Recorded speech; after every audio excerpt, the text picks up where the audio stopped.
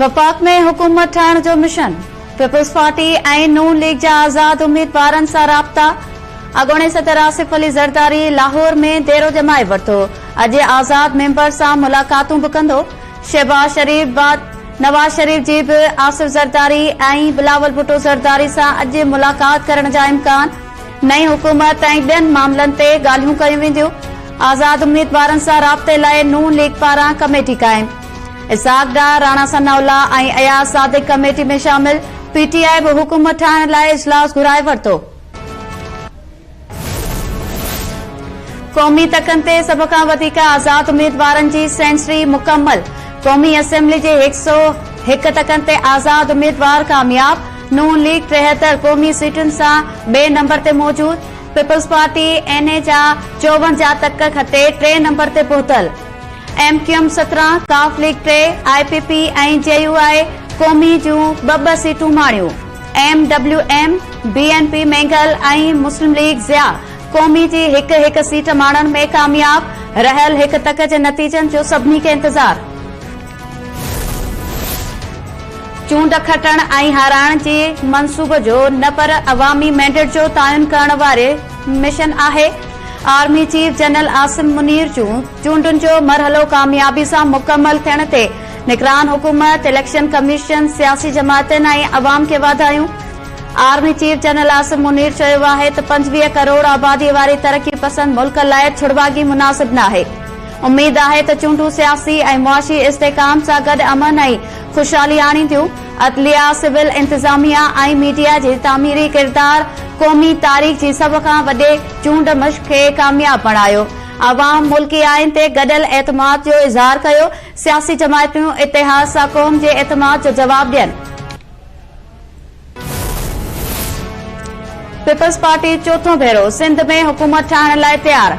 सूबे जे 130 तकनि मां 84 सीटुनि ते कामयाबी माणे बिना कंहिं सहारे हुकूमत ठाहिण जी पोज़ीशन में अची वई।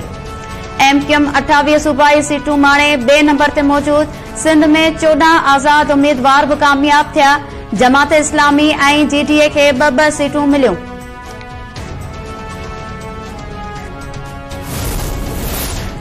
सिंध में हुकूमत ठाहिण लाइ कंहिं बि जमात जी ज़रूरत नाहे। पोइ बि ॿियनि जमायतुनि सां ॻाल्हियूं कंदासीं। पीपल्स पार्टी अॻवान नासिर हुसैन शाह चयो आहे त सियासी जमायतुनि खे मिलियल मैंडेट जो एहतराम कयूं था। मर्कज़ में हुकूमत ठाहिण लाइ बैरिस्टर गोहर समेत सभिनी सां ॻाल्हियूं कंदासीं। शहबाज शरीफ राब्तो कयो आहे। ख़्वाहिश आहे त शहबाज शरीफ मुलाक़ात लाइ कराची अचे। एमक्यूएम सरबराह ख़ालिद मक़बूल सिद्दीकी चयो आहे त नून लीग क़यादत सां ॾींहं ॿिनि में मुलाक़ात जो इम्कान आहे। हुकूमत ठाहिण समेत ॿियनि मामलनि ते बि तफ़सीली ॻाल्हियूं कयूं वेंदियूं। पीटीआई वफ़ाक, पंजाब ऐं केपी में अकेले सिर हुकूमत ठाहिण जी दावा करे छॾी। नतीजा न अचण जी सूरत में सुभाणे एहतजाज जो ऐलान। बैरिस्टर गोहर चयो आहे त क़ौमी असेंबली जूं 170 सीटूं खटे चुका आहियूं। पंजाब में बि वॾी पार्टी तौर साम्हूं आया आहियूं। केपी में बि असांजा ई उम्मीदवार कामयाब थिया आहिनि। सभिनी खे दरख़्वास्त आहे त अवामी मैंडेट खे तस्लीम करे रंटकुनि जो सिलसिलो ख़तम कयो वञे। राति 12 वॻे ताईं समूरनि तकनि जा नतीजा साम्हूं अचण घुर्जनि।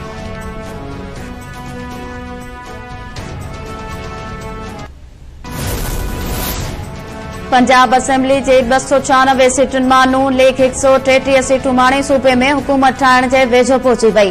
पंजाब असेंबली में 128 आज़ाद उम्मीदवार बि कामयाब।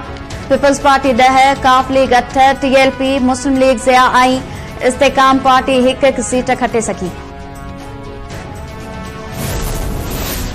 केपी असेंबली जे 113 सीटुनि मां 91 सीटुनि ते कामयाबी माणींदड़ आज़ाद उम्मीदवार सूबे में हुकूमत ठाहिण जी पोज़ीशन में अची विया।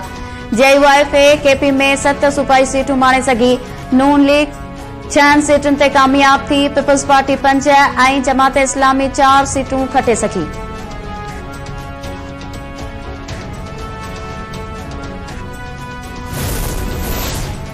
बलूचिस्तान असेंबली में 51 सीटुनि मां पीपल्स पार्टी 11 सीटूं खटे पहिरीं पोज़ीशन ते अची वई। नून लीग 9 सीटुनि सां बलूचिस्तान असेंबली में 2 नंबर ते मौजूद। जेयूआईए 9 सीटुनि सां 3 नंबर ते पहुतल। 6 आज़ाद उम्मीदवार बि कामयाब।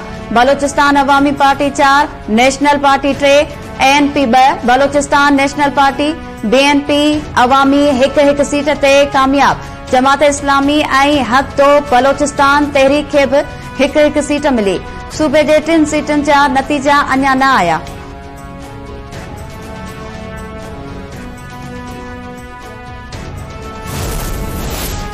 आम चूंडुनि दौरान आयल नतीजा चैलेंज करण जो सिलसिलो जारी। MQM सरबराह ख़ालिद मक़बूल सिद्दीकी जी NA 248 तां कामयाबी चैलेंज। आज़ाद उम्मीदवार अरसलान ख़ालिद मक़बूल सिद्दीकी जी कामयाबी खे सिंध हाई कोर्ट में चैलेंज कयो। PTI सिंध जे सदर हलीम आदिल शेख बि NA 238 जे नतीजनि खे अदालत में चैलेंज करे छडि॒यो। PS 98 ते उम्मीदवार जाम शेर जुणेजो बि चूंड नतीजनि खे चैलेंज कयो। PS 22 पनो आकिल ते पीपल्स पार्टी उम्मीदवार जाम इकरामुल्ला धारे जो बि कामयाबी खे चैलेंज। JUI उम्मीदवार मुबीन खान बुल्लो ॿीहर गणप लाइ दरख़्वास्त ॾेई छॾी। सियालकोट में रेहाना डार वरी ख्वाजा आसिफ जी कामयाबी खे चैलेंज करे छडि॒यो।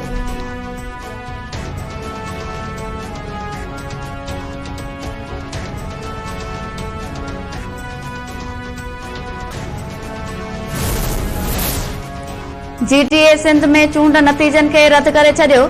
सैयद ज़ैन शाह चयो आहे त जाली ऐं धांधली वारनि चूंडुनि खे रद्द कयूं था। मोबाइल फोन सर्विस बंदि करे धांधली कई वई।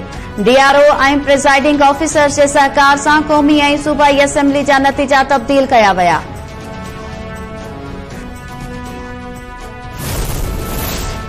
चूंडुनि सां पाकिस्तान में बेयकीनीअ वारो दौर बंदि थी वियो। हाणे मुल्क में सियासी इस्तेकाम आणण सियासी जमायतुनि जी ज़िम्मेवारी आहे। फाफन आम चूंडुनि बाबति रिपोर्ट पधरी करे छॾी। फाफन चयो आहे त चूंडुनि में वोटनि जी शरह 48% रही। पीपल्स पार्टी ऐं नून लीग जो वोट बैंक वधियो। PTI जो वोट बैंक बरक़रार रहियो।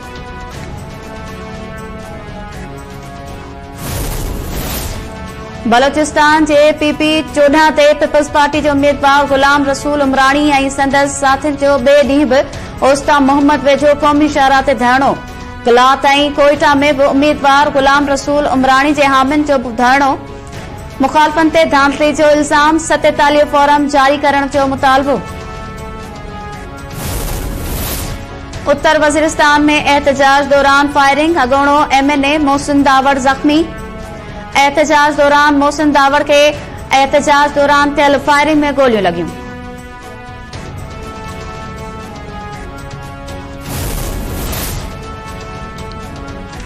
PTI बानी शाह महमूद कुरैशी ऐं शेख रशीद जे 9 मई जे केसनि में ज़मानत मंज़ूर। रावलपिंडी जी दहशतगर्दी तोड़ अदालत PTI बानी ऐं शाह महमूद कुरैशी जे 12 केसनि में ज़मानत मंज़ूर कई। अदालत शेख रशीद जे हिक केस में ज़मानत मंज़ूर कई।